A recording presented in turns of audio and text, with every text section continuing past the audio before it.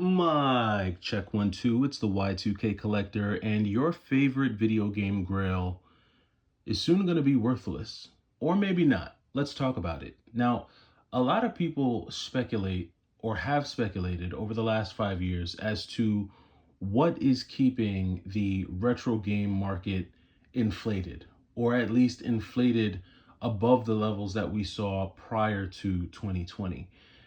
There's been so much speculation around pricing and what people think video games are going to be worth in the future, how much value they're either going to lose or gain. And in my opinion, it all really boils down to the most simplest of ideas when it comes to anything, within any market.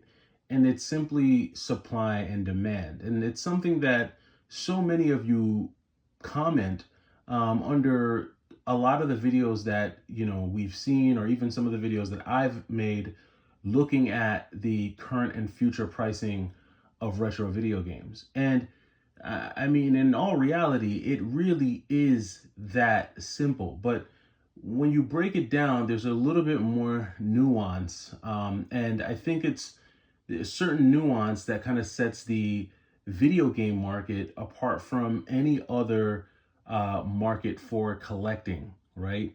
When you look at retro video games, not only are retro video games no longer being made in their original form, but a lot of the inventory that's left is, deteriorating. It's withering away. These video games, these cartridges are breaking down, CDs are suffering from disc rot, people are accidentally spilling coffee on it. It rains and water damage has destroyed countless collections. I mean, you have to think. I mean, think about all those times that you see cities across the country deal with the very unfortunate situations of flooding. If an entire city gets flooded, 2, 3, 4 feet of water, don't you think in some of those houses there are video games, right? So if an entire city suffers a flood, you'd have to think that there's at least a few hundred, if not thousands, of video games, including retro video games, that would get lost in that type of natural disaster. And so, there's a lot of things that slowly chip away at retro video game inventory. And there's really no way of recreating these items. It's not like sneaker collecting. See, when it comes to sneakers, these sneaker companies are able to reproduce literally the same shoe that was produced sometimes 30 years ago. If Jordan Brand decides to retro a pair of Air Jordan 1s, now are they going to use the exact same leather from the same cow that they got the leather from back in '89? No, they're not going to be able to do that, but they will be able to pretty much recreate nearly the same exact shoe using almost identical materials to give you a pretty much a brand new copy of the same shoe. There's never going to be another Sega Genesis clamshell that gets made and reproduced for the Punisher. Now, you might have fan service and certain individuals who are retro enthusiasts who might try to do their spin and, recreate, certain retro video games in their original form, but you're never going to get the licensed product recreated by the actual original manufacturer the same way you would with certain Nike sneakers. And some might say that's a bad thing, some might say that's a good thing, but not having that, in my opinion, is what has actually kept the retro video game market afloat. Because again, going back to sneakers, right now, one of the things that you're seeing with sneaker collecting is there is a huge drop off in perception of certain sneakers. And it's really impacting the collectability of sneakers. Now, and when I say collectability, I'm talking about people who feel like there's a certain value that they have with their sneaker collections, because we've seen Nike over this past year re-release sneakers that we haven't seen, in some cases in decades, right? And you would think that the fact that, the community has the opportunity to get these sneakers again, you would think that it would boost hype and boost, a level of excitement around these shoes. But what it's actually done is it's actually done the reverse. A lot of these shoes that they're re-releasing are sitting on shelves and they're not selling out because they lack that exclusivity. They're no longer a very difficult thing to get, and it's something now that everyone can have. And we see this kind of happen with retro video games as well. The Punisher, for instance. Now, while we have never gotten another physical copy of The Punisher that's only playable on the Sega Genesis produced in this clamshell format, we have gotten another physical version of The Punisher via the Marvel vs. Capcom collection. And now that this game is available in physical form on a Nintendo Switch cart, it's definitely impacted the value of the original Punisher game that was released on the Sega Genesis. I mean, if you look back during the height of the pandemic, this was a five, six, in some cases even $700 game, especially if you had all of the extras that came inside the box, because it was more than just the game and the manual. I think this either came with like some type of tattoo or pin. Certain Sega Genesis games were known for having like these little trinkets that came along with it. Some of them actually even had posters.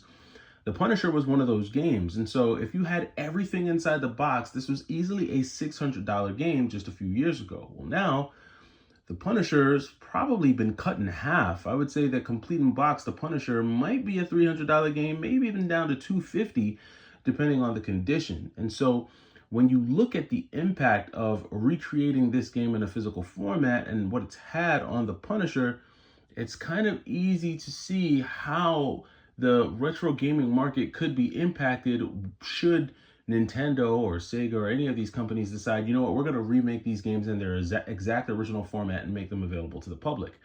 Now, would they be as desired?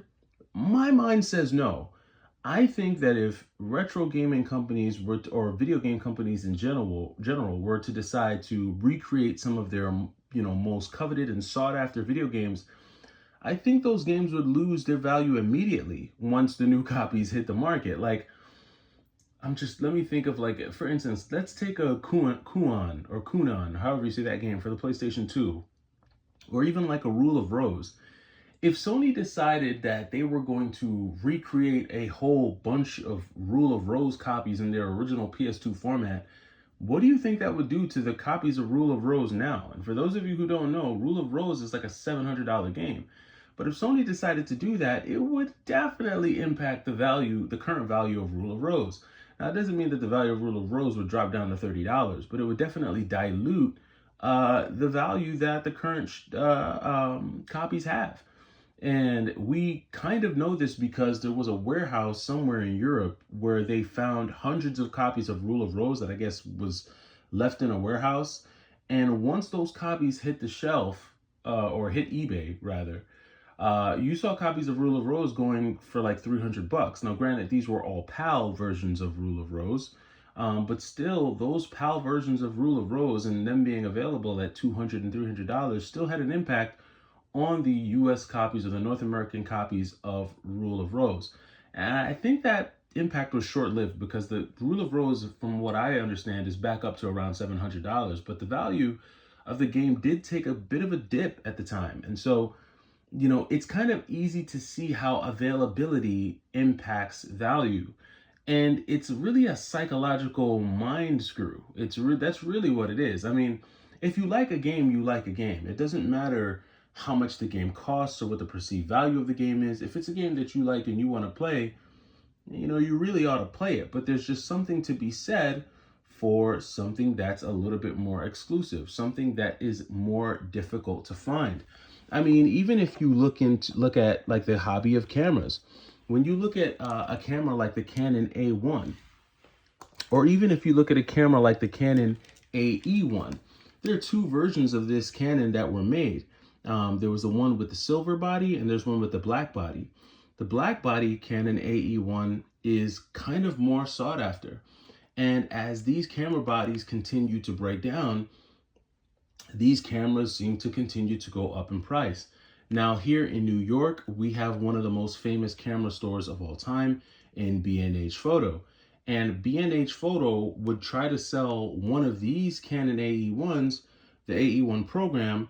They want to sell these for like $350 to $400. Now, this is a camera that I got when I was taking film classes, film photography classes. And back then, this was like an $85 camera. But now, because time is passing and, they're becoming harder to find, they're becoming a little bit more rare. I think there's still a lot more of these floating around in Japan, but because they're becoming more difficult to get your hands on, now the value of these are starting to go up. This is actually the Canon A1. I've done a few modifications to mine, including adding these cool little shutter buttons, which just makes it easier to snap the photo. But all that being said, I think this is what really keeps certain items high in demand and high in price, is the fact that it's still difficult to get your hands on them. And the more difficult it is to get your hands on them, the more expensive they're going to continue to be. So I'm interested to know your thoughts here. What do you think it is in 2025 that's still keeping the prices of retro video games where they're at? Why haven't they fallen back down to pre-pandemic levels overall? What's propping them up? I'm interested to know your thoughts here. Let me know down in the comments, and I'll catch you in the next video. It's the Y2K Collector. Take it easy.